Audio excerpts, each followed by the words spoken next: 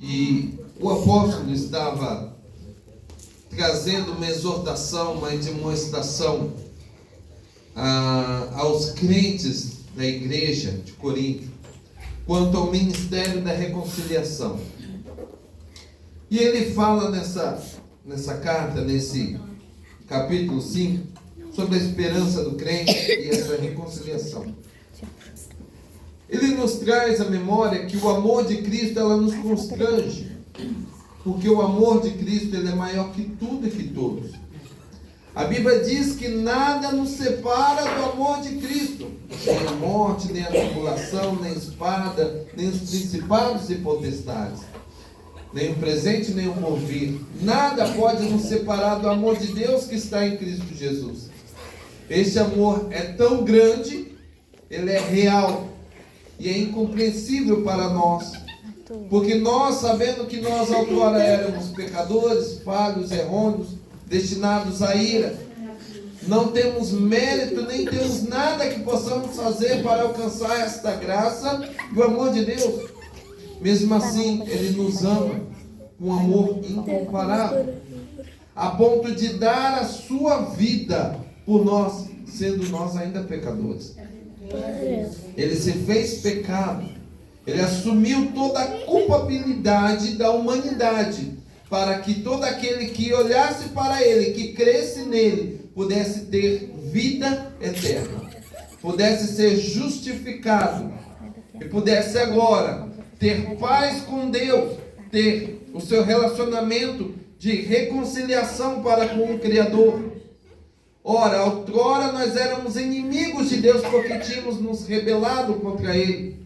Estávamos servindo ao pecado, pelos prazeres da carne. O inimigo cegou o entendimento da humanidade e assim nós vivíamos afastados de Deus. Mas pelo seu amor incompreensível e incomparável, Ele envia Jesus Cristo, o Cordeiro mudo, sem pecado, para se fazer pecado em nosso lugar e morrer uma morte substituta, um sacrifício vicário em nosso lugar e a nosso favor. Logo, este sacrifício de Cristo faz com que na morte dele nós possamos ser justificados por Deus, pois ele é a propiciação por todos os nossos pecados. E com ele nós ressurgimos e agora não vivemos mais para nós, mas vivemos para ele. Porque se ele morreu, diz a palavra, e ele morreu por todos, para que os que vivem não vivam mais para si, mas para aquele que por eles morreu e ressurgiu. Assim que daqui por diante, ninguém conhecemos segundo a carne, ainda que tenhamos conhecido a Cristo segundo a carne, contudo agora já não conhecemos deste modo. Se agora nós ouvimos falar de Jesus, que ele era um homem justo, um homem bom, agora por nós o conhecermos face a face, experimentarmos a graça do Senhor, nós bem sabemos, entendemos, compreendemos que Ele é Senhor de nossas vidas, nosso Salvador. E Ele é o dono de tudo. Então nós não vivemos mais para nós, mas nós vivemos para aquele que se entregou por nós e ressuscitou dentre os mortos. Amém. E diz assim a palavra: portanto, se alguém está em Cristo, nova criatura é. As coisas velhas se passaram e tudo se fez novo. Aquele velho homem carnal, pecador, destinado ao inferno, ele morreu, foi sepultado com Cristo e ele ressuscitou agora dentre os mortos para habitar e viver com Cristo. E ainda não se manifestou o que há de sermos, mas nós seremos semelhante a Ele e o veremos como Ele é. A nossa redenção é em 3 tempos, no passado, presente e futuro. Nós fomos salvos quando aceitamos Jesus. Estamos sendo salvos agora que estamos tendo a perseverança dos santos. E seremos salvos quando irmos para a glória e irmos morar com o Senhor Jesus no céu. E nós temos que entender e compreender que nós fomos comprados por um alto preço. E se nós somos comprados, não somos mais escravos do pecado, Mas agora nós servimos a um Deus vivo. Obrigado. Nós servimos a um Deus que pode todas as coisas, que nos elegeu desde antes da fundação do mundo, nos escolheu para sermos seu povo especial, zeloso e de boas obras. Ele nos chamou agora para sermos filhos da luz. Ele nos transportou do reino das trevas, onde nós sofríamos, destinados ao inferno, e nos transportou para o reino do Filho do seu amor. Agora nós pertencemos a Cristo. Agora nós somos concidadãos dos céus, participantes da mesma herança que o Senhor Jesus, a qual Ele é o primogênito de toda a criação. Ele é o primeiro, na primícia dos que dormem, porque Ele morreu e ressuscitou. E assim como Ele ressuscitou, nós também um dia ressurgiremos com Ele. E esta é a viva esperança. Se com Ele padecemos, com Ele também viveremos. Se nós esperarmos de Deus somente nesta vida, seremos mais miseráveis de todos os homens. Mas se nós aguardamos também no Senhor para o porvir, bem-aventurados somos. Porque Deus não nos destinou à perdição ou à ira, mas Ele nos destinou para vivermos com Ele num reino de paz, de alegria. Mas ainda não se manifestou todas as coisas, o fim de todas as coisas, ou a plenitude de todas as coisas, porque nós ainda estamos nesta terra com corpo mortal e corruptível. Mas por mais que o nosso ser exterior se corrompa, denigra, envelhece, adoece, nós sabemos que o nosso ser interior se renova de dia em dia. Espiritualmente, Deus nos fortalece. O Senhor nos dá uma injeção de ânimo. Quando achamos que vamos perecer, que estamos desanimados, Deus envia a sua palavra, a sua graça, e através da sua misericórdia, Ele nos levanta e nos dá força para caminhar. Porque nós que somos cristãos, nós que somos eleitos, salvos em Cristo Jesus, através do mérito da cruz de Cristo, não mérito nosso, porque não fizemos nada para ser salvo, mas a salvação é por graça, favor é merecido, mas para alcançar é mediante a fé. Isso não vem de nós, não vem de vós, é dom de Deus. Aleluia. E agora que somos filhos da luz, temos que andar como filhos da luz. Agora nós não caminhamos por vista, mas por fé. E caminhar por fé é exatamente ir na contramão do mundo. É andar contrário aos princípios e valores do mundo. Porque nós fomos salvos, resgatados por um alto preço, não para que possamos viver da mesma forma que estávamos antes, mas nós temos que mudar a nossa mente. Para ser uma nova criatura, agora eu tenho que me amoldar, eu tenho que ter um relacionamento com Deus e eu tenho que me parecer com Jesus Cristo. Se eu agora tenho Jesus como meu Senhor e Salvador, eu tenho que andar como Ele andou. Eu tenho que falar como Ele falou. Eu tenho que pensar como Ele pensou. Glória. Irmãos, isso é algo sério. Porque o inimigo de nossas almas, ele tem atacado esta geração presente, tem atacado a humanidade na mente. O campo de batalha é a mente, desvirtuando os valores de Cristo, desvirtuando a palavra, o evangelho genuíno da verdade. E muitas pessoas, para tornar o evangelho palatável, têm pregado um evangelho de facilidade, um evangelho que não incomoda ninguém. Tem pregado um evangelho onde tudo é bom, onde tudo é mil maravilhas. Irmãos, sabemos que nós cremos no Senhor Jesus, e que o mesmo Senhor disse que no mundo teríamos aflições, mas tem de bom ânimo. Aleluia. Eu venci o mundo. Assim como Ele venceu, nós venceremos. Porque nós estamos em Cristo. Se você está em Cristo, é uma nova criatura, não há mais condenação.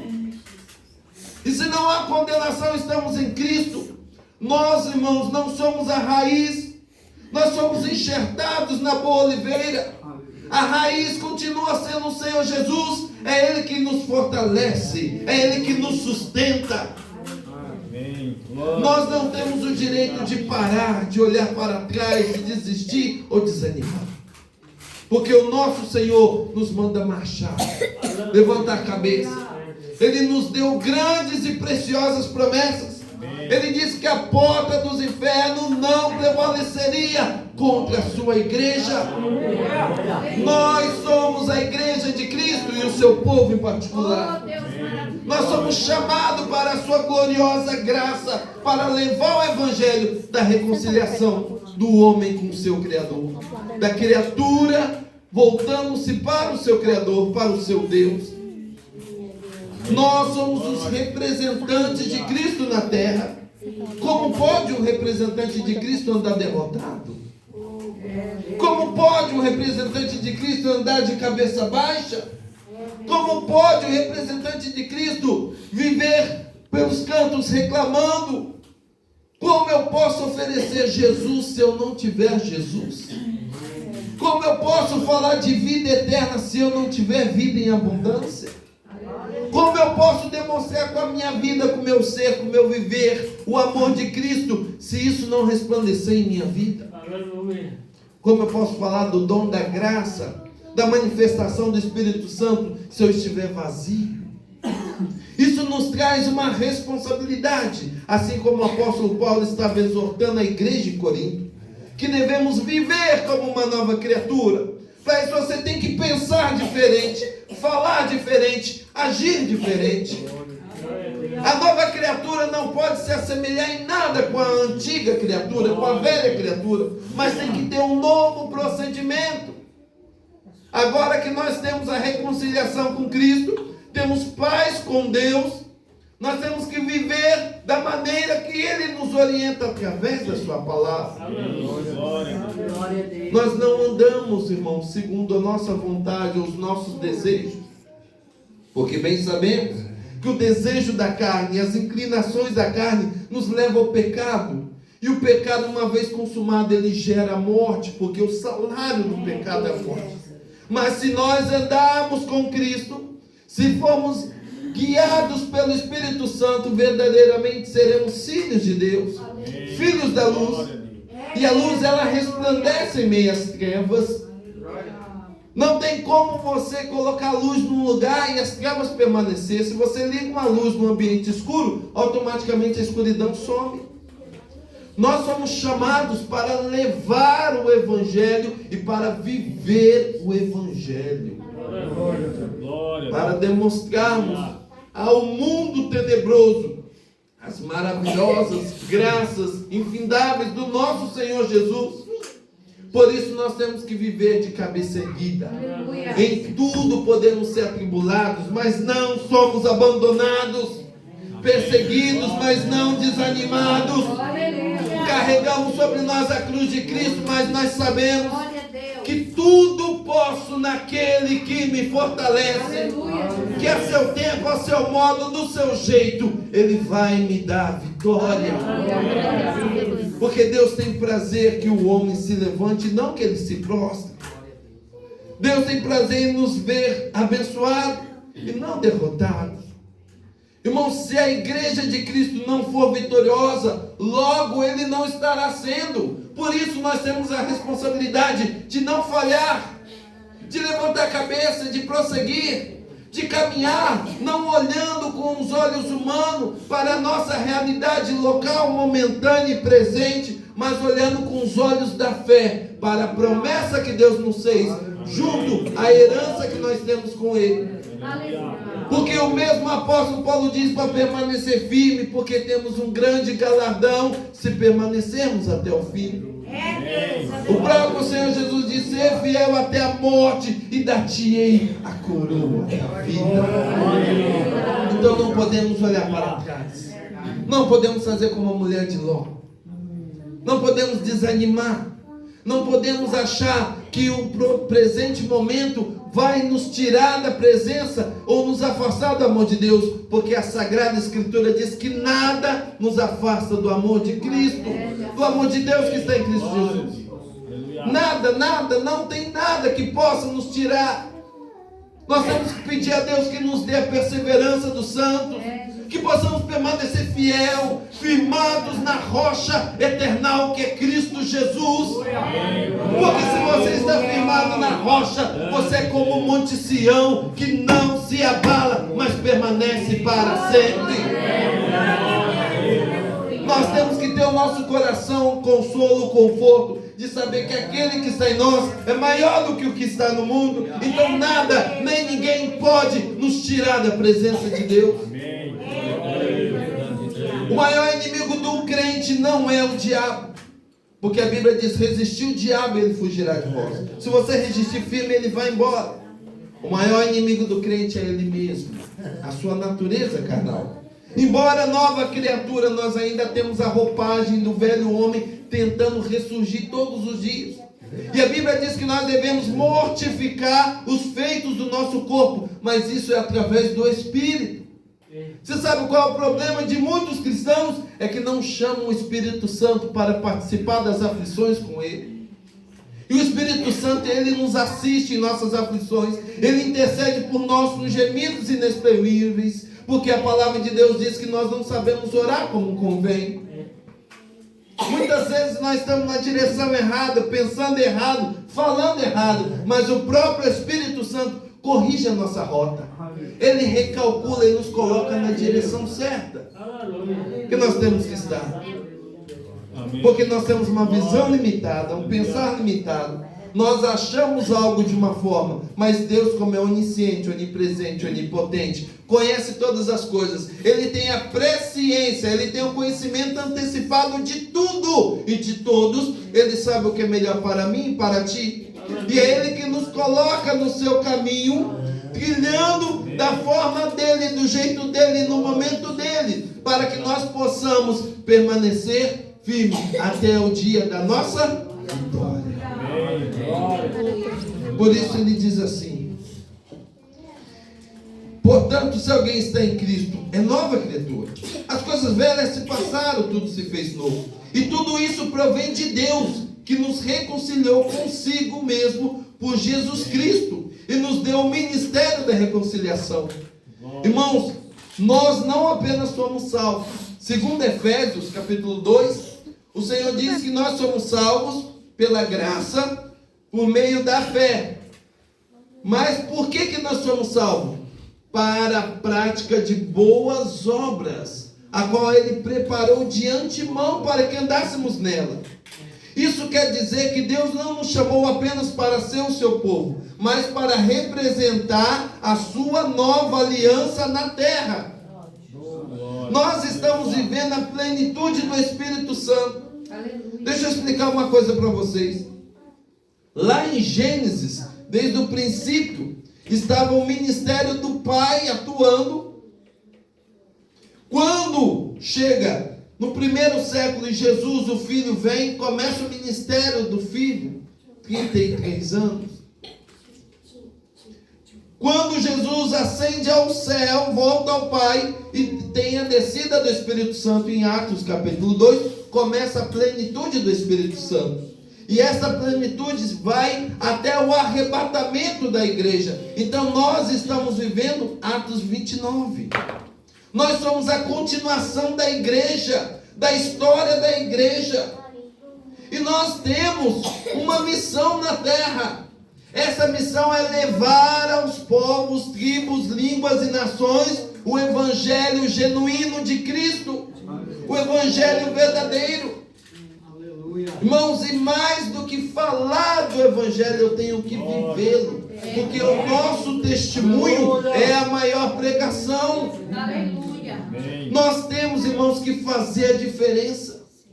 Irmãos, num lugar onde não tem nenhum cristão, não pode ser igual a um lugar que tenha cristão, porque onde a luz está, onde Jesus está, algo novo tem que acontecer. Se nós olharmos para a história da igreja, os países mais ricos, mais evoluídos, os países que evoluíram na medicina, que evoluíram na ciência, que evoluíram no saber, são todos de matrizes cristãs.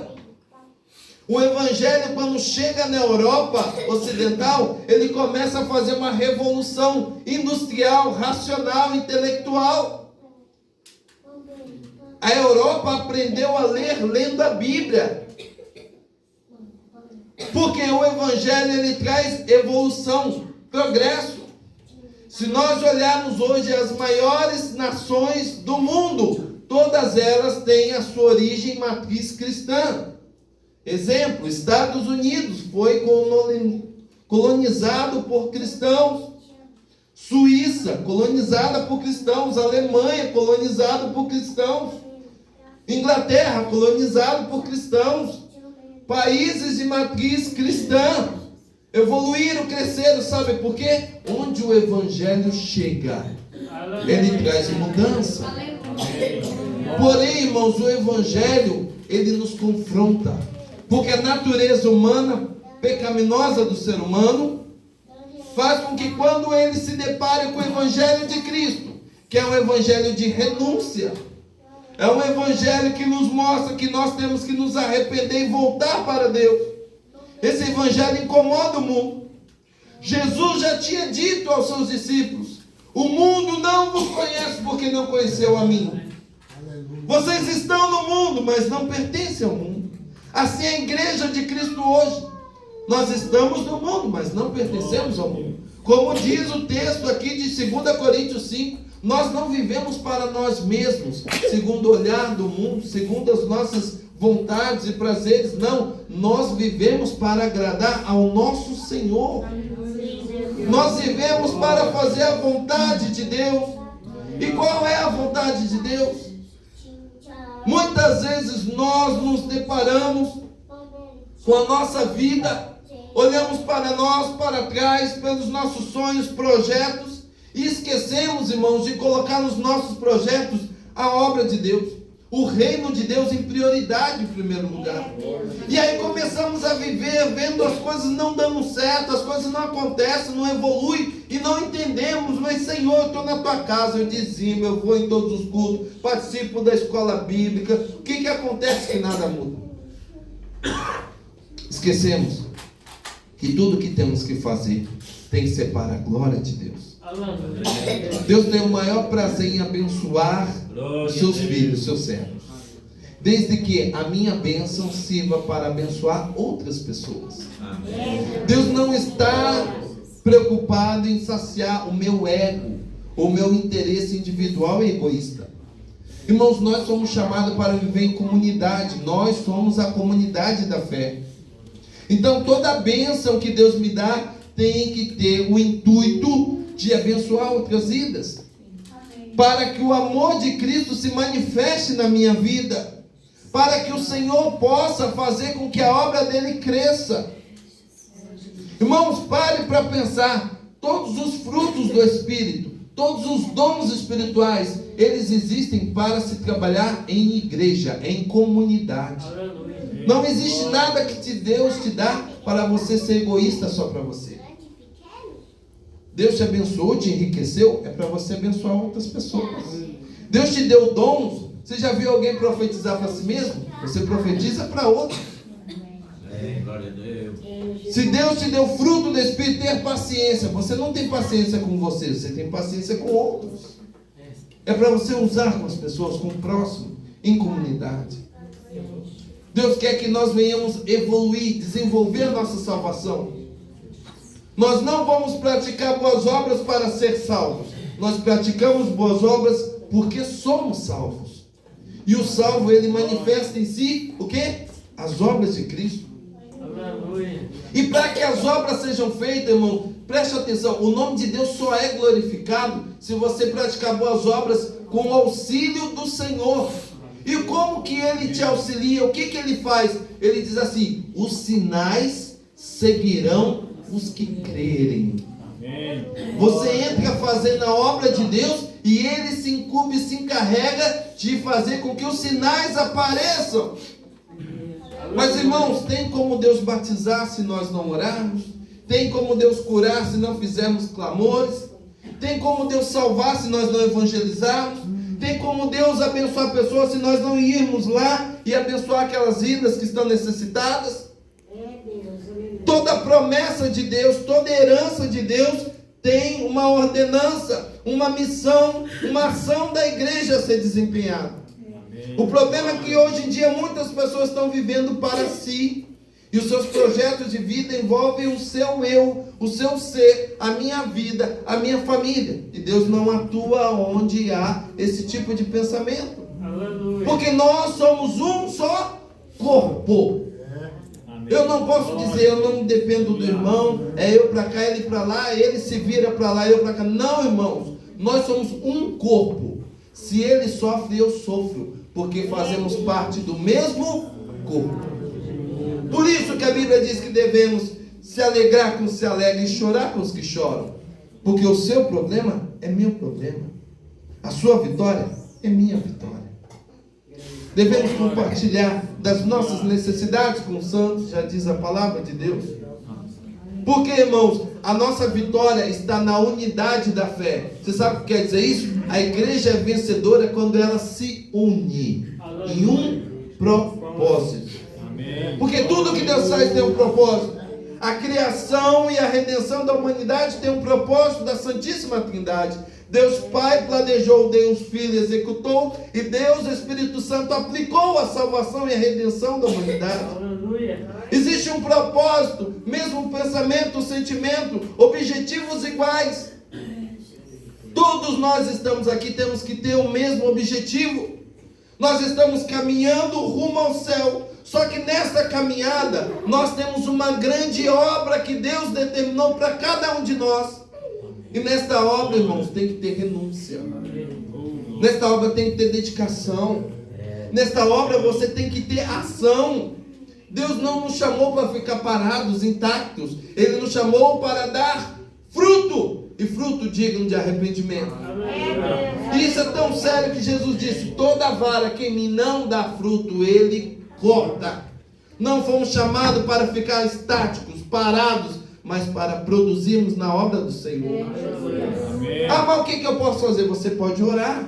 Ah, o que eu posso fazer? Eu posso contribuir. O que eu posso fazer? Eu posso ir evangelizar. O que eu posso fazer? Eu posso estender a mão. Eu posso abençoar uma vida.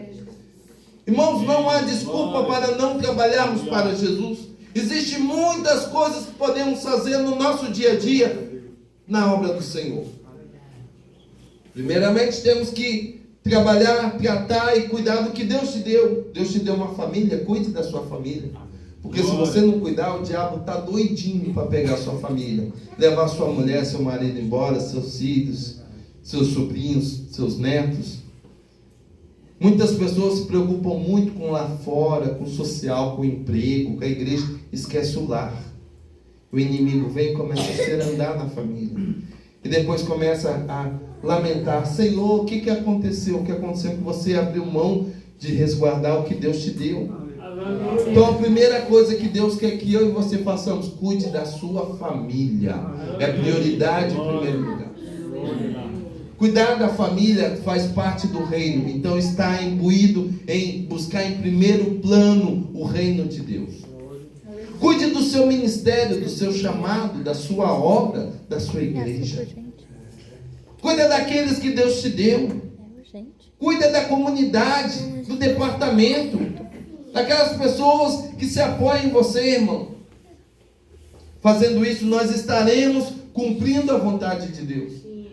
Agora procure cuidar onde você está de ser luz e sal. Aonde eu moro, a minha localidade, como os vizinhos me veem. Será que eu sou sal? Será que eu sou luz? Ou será que ninguém sabe que eu sou crente? Ou será que meus vizinhos estão passando problema, dificuldade, e eu não tenho coragem de chegar lá e falar: vocês estão precisando de alguma coisa? Você quer uma oração? Você precisa de um valor, de um recurso, uma comida, alguma coisa? Irmão, se nós só falarmos que somos crentes e não agirmos como crente, não vai adiantar nada. Deus nos chamou para mudar a nossa história. Só que a minha história só muda quando eu começo a mudar a história de outros. Quer crescer? Começa a se doar. Quando Jesus Cristo lava os pés dos discípulos, Ele está dando um exemplo de humildade. Você quer ser grande no reino de Deus? Seja serviçal de todos. Sirva. O segredo do evangelho não é ser servido, é servir.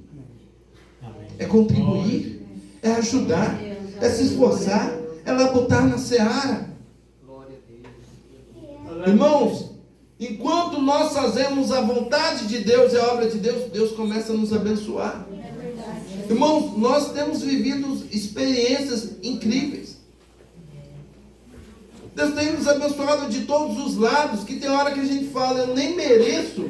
Mas por que Deus está fazendo tanto? Porque estamos imbuídos em fazer a obra de Deus. Fazer a vontade do Senhor. Sem olhar para ninguém.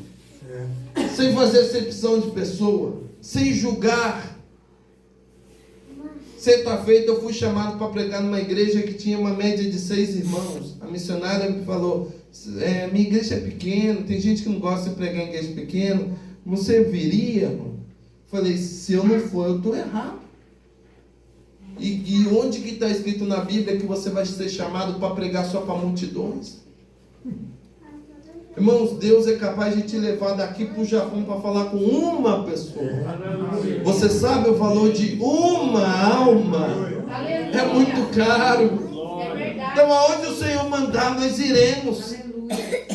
Pregar para uma ou para 1 milhão é a mesma coisa.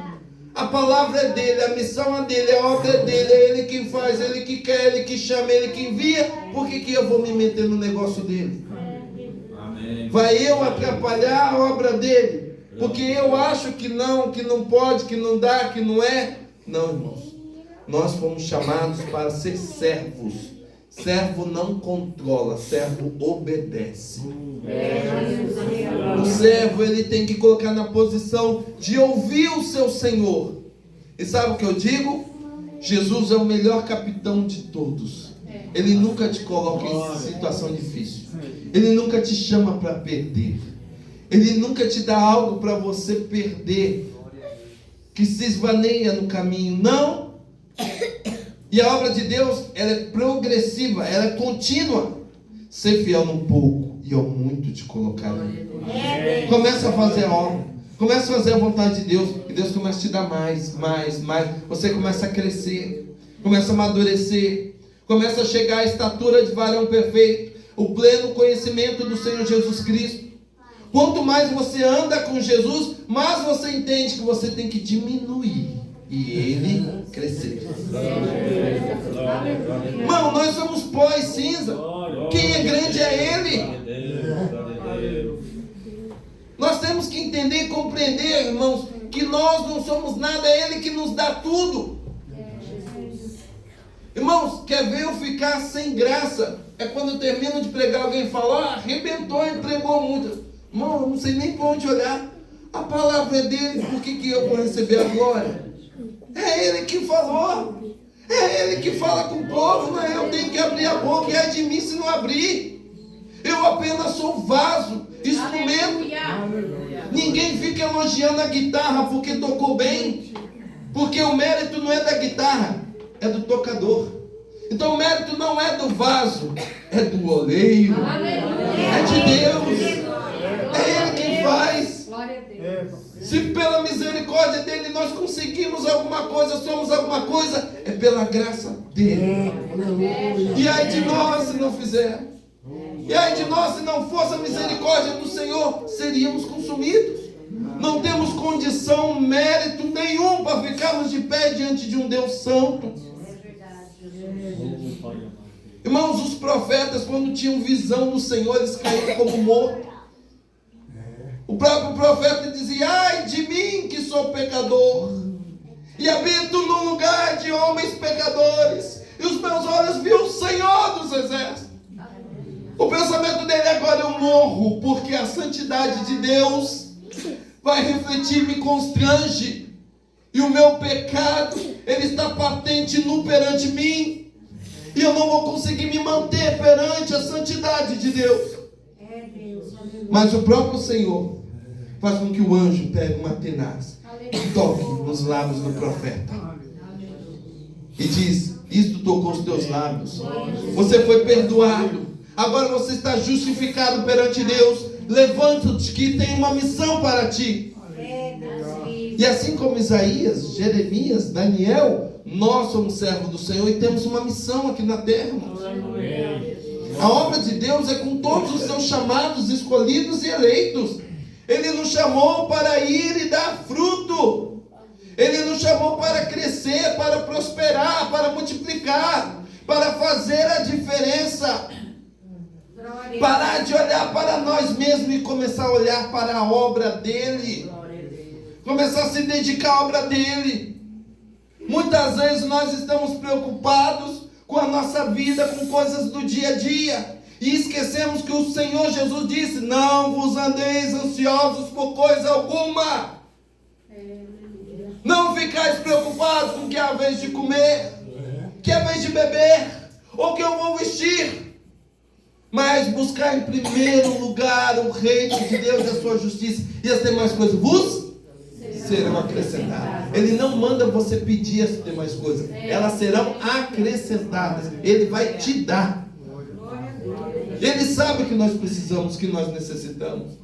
Muitas vezes nós olhamos para nós e falamos: eu não tenho condição, eu não posso, eu não vou conseguir, quem sou eu para fazer isso? Irmãos, Deus não está preocupado em chamar homens sábios, poderosos, segundo a carne, mas Deus chama os seus pequeninos, porque Ele usa as coisas pequenas para confundir as grandes, as coisas loucas deste mundo para confundir as sábias, porque Deus é sábio, Ele é soberano, e para que a glória seja dele e não nossa. Portanto, nós devemos olhar para o Senhor e reconhecer: Deus, faça-se a tua vontade em minha vida. Senhor, os teus planos, se a minha vontade conflitar com a tua, ignore a minha, faça a tua, porque a tua é melhor. O teu caminho é maior e melhor. Os teus pensamentos são muito melhores que os meus. E se eu andar nos teus caminhos, eu serei bem-aventurado. Se eu andar nos teus caminhos, eu vou alcançar a vitória. Por isso ele continua o texto dizendo: isto é, Deus estava em Cristo reconciliando consigo o mundo, não imputando aos homens os seus pecados, e nos confiou a mensagem da reconciliação, de sorte que somos embaixadores da parte de Cristo, como se Deus por nós rogasse. Rogamo-vos da parte de Cristo que vos reconcilieis com Deus. Aquele que não conheceu pecado, Ele o fez pecado por nós, para que nele fôssemos feitos justiça de Deus. Irmãos, nós somos justiça de Deus. Nós somos a obra-prima da criação.